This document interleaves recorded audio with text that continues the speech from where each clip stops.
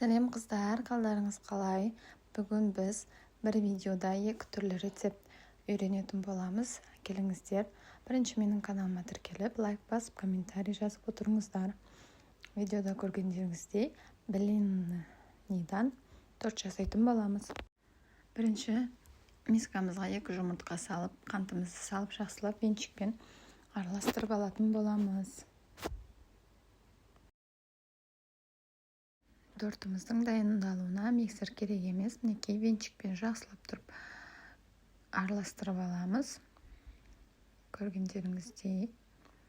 Және үстіне сүт құятын боламыз. Мен 800 мл сүт құйдым.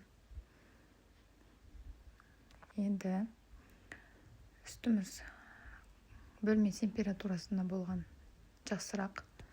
Енді кішкене араластырып жібереміз және какао порошок, ас содасын салатын боламыз. Неге ас содасы жарты шай қасық саламыз және какао порошок саламыз. Ұнымызды салып араластыратын боламыз. Алдын ала еректен өткізіп алғанымыз жақсырақ. Ұнды мен 3 бөлікке бөліп салдым. Бір бөлігін салып араластырып аламыз.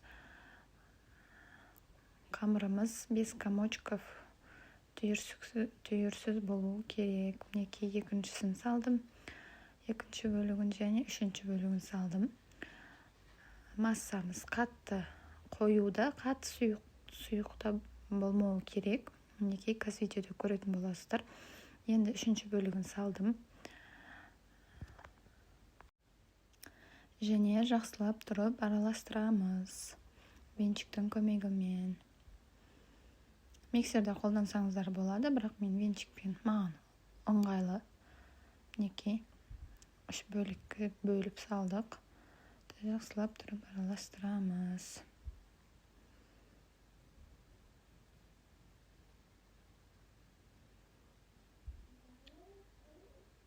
Мінекей енді қамырымыздың үстіне сұйық май құятын боламыз.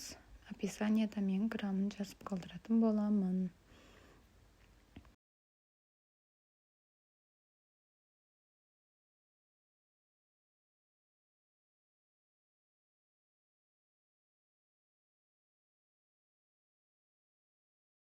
Мінекей қамырымыз дайын болып қалды. Енді осы қамырымыздың үстіне қайнап тұрған су құйып араластыратын боламыз.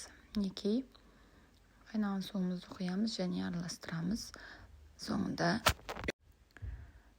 және массамыздың сұйықтығын көрсеңіздер болады. Мінекей түйіршіктер қалмағанша жақсылап араластырамыз. Массамыз біркелкі болу керек. Мінекей массамыз дайын. Қалауларыңызға қарап, какао қоспасаңыздар да болады. Сковородкамыз жақсылап тұрып қыздырып, бірінші майлап, сосын барып қорып аламыз 2 шетін. Жақсылап тұрып. Мінекей көп құюдың қажеті жоқ. Блиніміз жұқа болып шықса керемет болады. Мінекей осындай лопатка алып алсаңыздар күшті екен. Қолдарыңыз күймейді блинни дайындаған кезде. Менің отбасым күн ара блинни дайындап берші деп сұрайтын болды. Осы блиннидің рецептінен кейін керемет. Енді тортымызға кремін дайындайтын боламыз.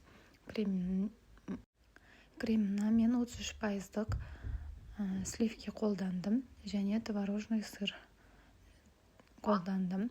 Сіздер сметанный крем, пломбир креммен де дайындап көрсеңіздер болады. Мінекей 300 мл сливкиға 180-200 грамм творожный сыр қосып, жақсылап миксерлеп крем дайындайтын боламыз. Қант опасын қостым мен 70 грамм, 80 граммдай. Сосын дәміне қарап көрсеңіздер болады. Қатты дәмді етудің қажеті жоқ. Өйткені блиніміздің өзінде қант бар. Мінекей қараңыздар, ешқандай керемет крем болды. Енді мінекей.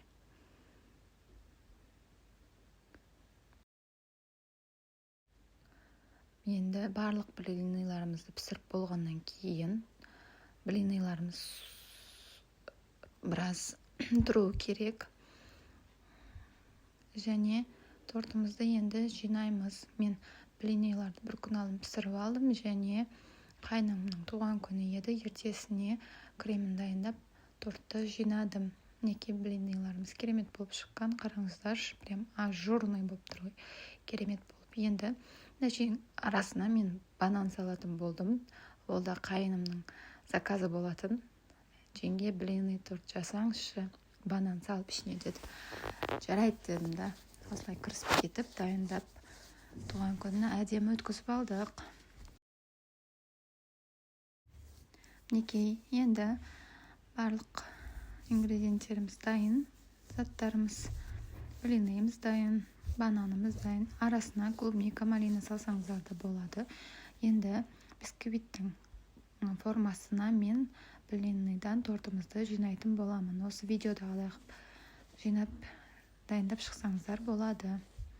Мінекей, үйден бір көмекшім бар еді, сол әбден көмектесті осы блинный торт дайындағанда. Мінекей, 4 блинныйдан осылай жасап алдым бортики.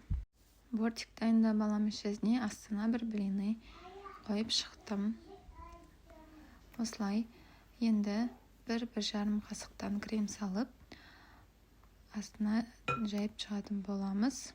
Мінекей, крем салдық, енді блинныйды қоямыз. Осылай крем блинный арасына банан салыңыздар, қалауларыңызға қарап, құлпынай, малина салсаңыздар да болады. Мінекей.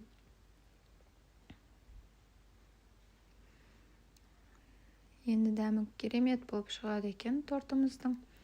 Ретте болса дайындап көрсеңіздер болады. Бір жасағаннан керемет болып шығатын торт екен.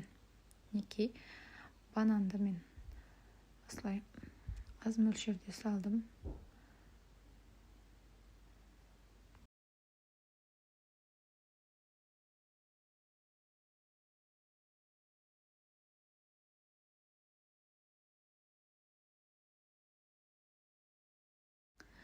Осылай блинныйдың үстіне крем, банан, блинный, крем, банан, блинный, креммен осылай барлығын жинап шығатын боламыз.